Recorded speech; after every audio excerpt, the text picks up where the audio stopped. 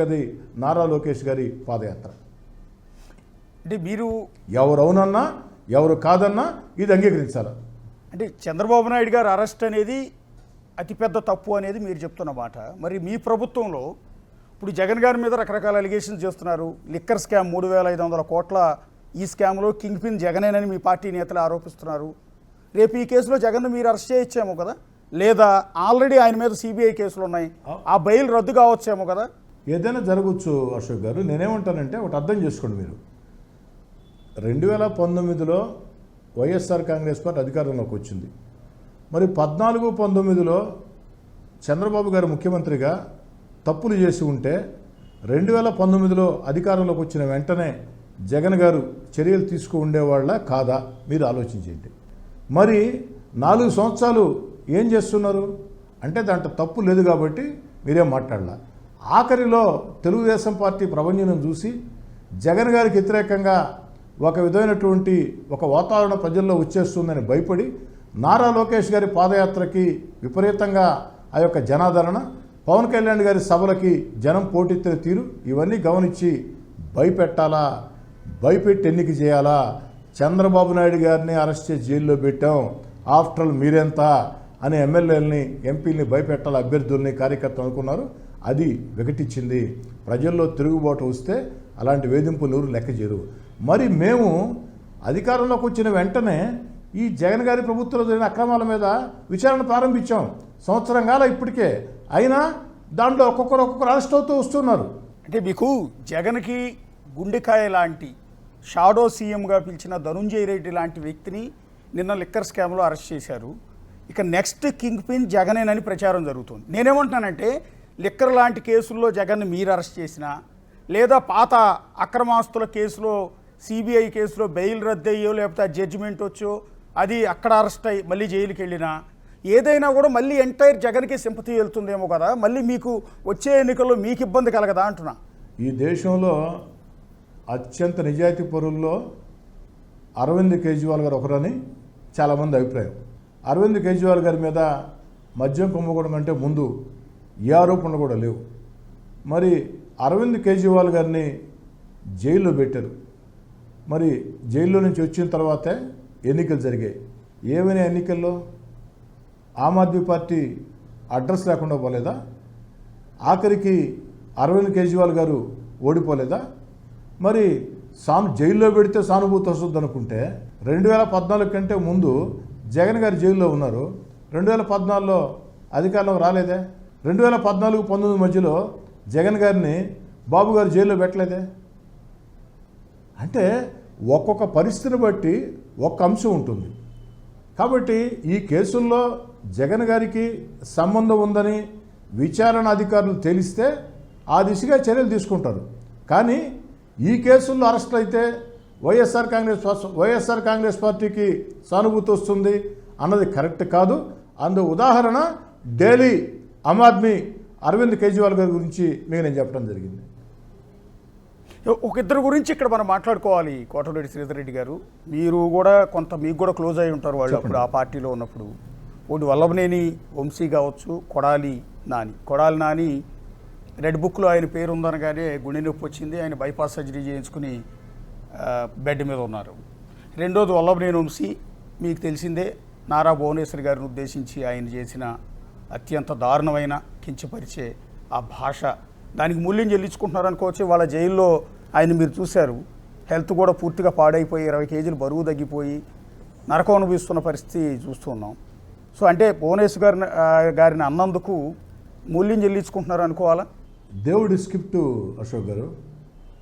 ఎందుకంటే అధికారం చేతిలో ఉందని ఉచ్చ నీచాలు మరిచి సభ్య సమాజంలో సాధారణ ప్రజలు కూడా మాట్లాడలేని మాటల్ని నిండు శాసనసభ సాక్షిగా సత్యమేవ జయితే అన్న సూక్తిని కించపరిచే రీతిలో శాసనసభ ప్రమాణాలని దిగజార్చే రీతిలో ఆ రోజు చంద్రబాబు గారి కంటి వెంట కన్నీరు కారేదానికి, వారు బాధపడేదానికి కారణభూతులైనటువంటి వల్లభనేని వంశీ గారి విషయంలో, లేదా అంతకంటే దారుణంగా వ్యాఖ్యలు చేసిన కొడాలి నాని గారి విషయంలో నాకు ఎలాంటి సానుభూతి లేదు, ఉండదు. నాకే కాదు ఎవరికి ప్రపంచంలో తెలుగు ప్రజలు ఎవరికి కూడా ఉండదు, దాంట్లో ఎలాంటి అనుమానం లేదు. రెండోది, ఇందాకే మీకు చెప్పా, దేవుడి స్క్రిప్ట్ అనేది ఒకటి ఉంటుందని చెప్పని. మనం అధికారంలో ఉన్నామని ఇష్టారీతిగా వ్యవహరిస్తే, ధర్మాన్ని మరిచి ప్రవర్తిస్తే ఖచ్చితంగా మన మెడకి అది చుట్టుకుంటుంది. అలా చుట్టుకుంది. అంటే వాళ్ళు వాడిన భాష ఆ పార్టీకి కూడా నష్టం చేకూర్చిందిగా. అప్పటి వైఎస్ఆర్ కాంగ్రెస్ పార్టీకే ఎక్కువ నష్టం చేసింది కదా, పరోక్షంగా టీడీపీకి మంచి చేసిందేమో. 100% నష్టం చేసింది అశోక్ గారు. అలాగని మన ఇంట్లో మహిళల గురించి మాట్లాడితే మనం చూస్తూ ఊరుకుంటామా? ఒక రకంగా చెప్పాలంటే నా దృష్టిలో ఆలస్యమైంది.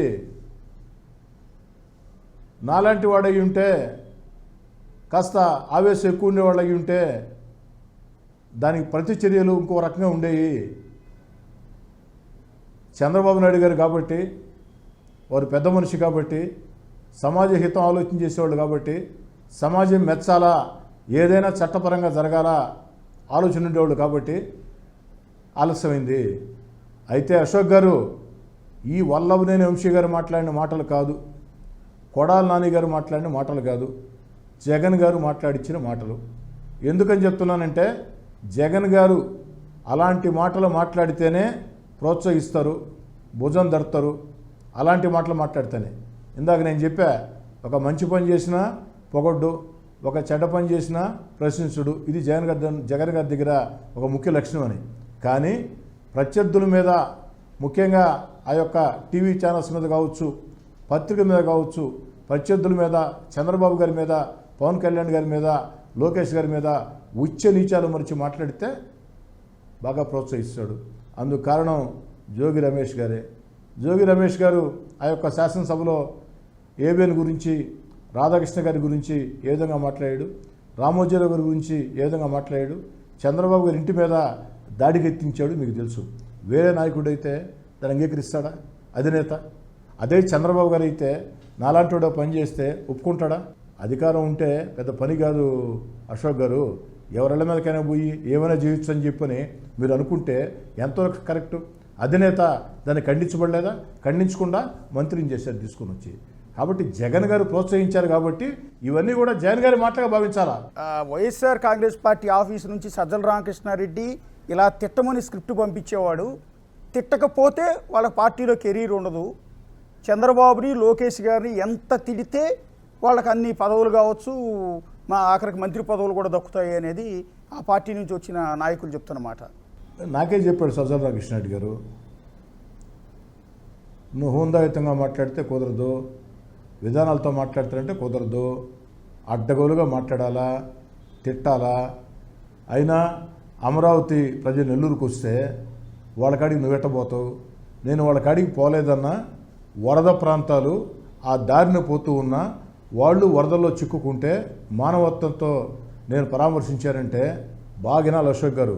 సజ్జల గారు చెప్పిన మాటలు ఏంటంటే, వాళ్ళని మానవత్వంతో నువ్వు పరామర్శించడం తప్పు, వాళ్ళ మీద దాడి చేసుంటే జగన్ గారు మెచ్చుకునేవాళ్ళు అని చెప్పారు. స్వయంగా నాతోనే సజ్జల రామకృష్ణారెడ్డి గారు. అమరావతి ప్రజలు, మహిళలు, యువకులు, వృద్ధులు ఈరోజు ఆ రోజు వాళ్ళు ఒక ప్రభుత్వం తీసుకున్న నిర్ణయం శాశ్వత నిర్ణయం, దీని అన్ని పార్టీలు బలపరిచాయి అని నమ్మి తమ జీవితాలను పణంగా పెడితే, వైఎస్ఆర్ కాంగ్రెస్ పార్టీ వచ్చిన తర్వాత వాళ్ళ జీవితాలు ఛిద్రమైతే, వాళ్ళు ఎండకెండుతూ వానకు తడుస్తూ పాదయాత్ర చేస్తూ ఉంటే, నా నెల్లూరు రూరల్లో వరదల్లో చిక్కుకుంటే వాళ్ళు అక్కడ ఉండాలన్న విషయం కూడా నాకు తెలియదు. షెడ్యూల్ ప్రకారం 2 days ముందే నా కాన్స్టిట్యూన్స్ అయిపోయి ఉండాలా. వేరే వరద ప్రాంతాల పరిశీలనకు పోతే మధ్యలో వాళ్ళు ఉంటే వాళ్ళు ఉన్నారు, వాళ్ళని వదిలేసిపోవటం మానవత్వం కాదని నేను ఆగి వాళ్ళని పరామర్శించి, రాత్రికి వరదలు ఇంకా ఎక్కువ వస్తాయమ్మా, ఇక్కడొద్దు, మెయిన్ రోడ్లోకి రండి, మీకు కావాల్సిన ఏర్పాట్లు నేను చేస్తాను, వరద ప్రాంతాల వరకే అని స్పష్టంగా చెప్పా. వాళ్ళు అమరావతి గురించి అడిగారు. అమ్మ, నేను వైఎస్ఆర్ కాంగ్రెస్ పార్టీ శాసనసభ్యుడిని, పార్టీ నిర్ణయాన్ని కాదని నేను మాట్లాడలేను, నేను మానవత్వంతో వచ్చానని చెప్పా. హోందాగా ప్రవర్తించా, పార్టీకి చెడ్డపేరు తేలా, పార్టీ గౌరవం తెచ్చా. కానీ సజ్జల గారు అంటారు, నువ్వు చేయాల్సింది పరామర్శ కాదు, వాళ్ళు ఉన్నారు కదా వాళ్ళ మీద దాడి చేయించి ఉండాలా అంటాడు. అమరావతి ప్రజలు, రైతులే కాదు కదండి. అవును, అమరావతి చాలామంది ఏంటంటే రైతులు అలవాటు అయిపోయింది. కానీ అమరావతి ప్రజలు రైతులు ఉన్నారు, కూలీలు ఉన్నారు, సన్న చిన్నకారు వాళ్ళంతా ఉన్నారు కదా. అట్లా కొంతమంది ఎమ్మెల్యేలు ఆల్రెడీ దాడులు చేశారు.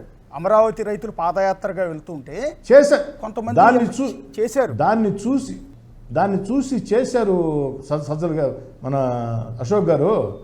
నా కాన్స్టిట్యున్సీ దాటిన తర్వాత సర్వేపల్లి స్టార్ట్ అయింది, ఆ తర్వాత శ్రీకాళహస్తి కూడా వచ్చింది. ఆడంతా దాడులు చేశారు కదా. అవును, ఫ్లెక్స్లు కట్టలేదు కదా, ఫ్లెక్స్లు చించేశారు కదా. వాళ్ళు ఉసురు కూడా నేను తగ్గింది. ఒక్కటి చెప్తాను అశోక్ గారు, యా 100% తాలకుండా ఎందుకు పోతుంది?